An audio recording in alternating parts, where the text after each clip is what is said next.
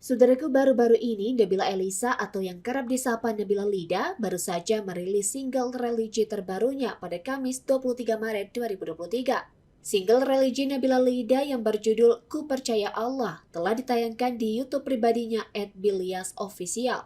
Berdasarkan amatan tribunga.com dari akun YouTube milik Nabila Lida, lagu Ku Percaya Allah ini merupakan lagu religi pertama ciptaan dari sang suami tercinta Ilyas Bachtiar. Hal tersebut berdasarkan dari postingan video YouTube Nabila Lida dan Ilyas Bachtiar pada 7 Maret 2023 dalam daily vlog yang berjudul Lagu Pertama Religi Ciptaan Ilyas untuk Nabila.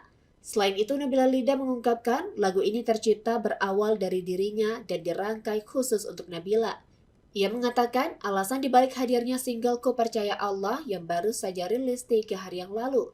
Nabila menambahkan, lagu ini sengaja dibuat oleh sang suami Ilyas Bachtiar agar ia lebih bersyukur. Dengan suara Nabila yang begitu khas membawakan lagu Ku Percaya Allah, membuat lagu ini sangat menyentuh.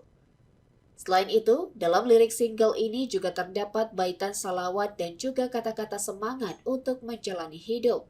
Setelah 3 hari penayangan lagu Ku Percaya Allah, telah ditonton sebanyak ribuan pengguna YouTube.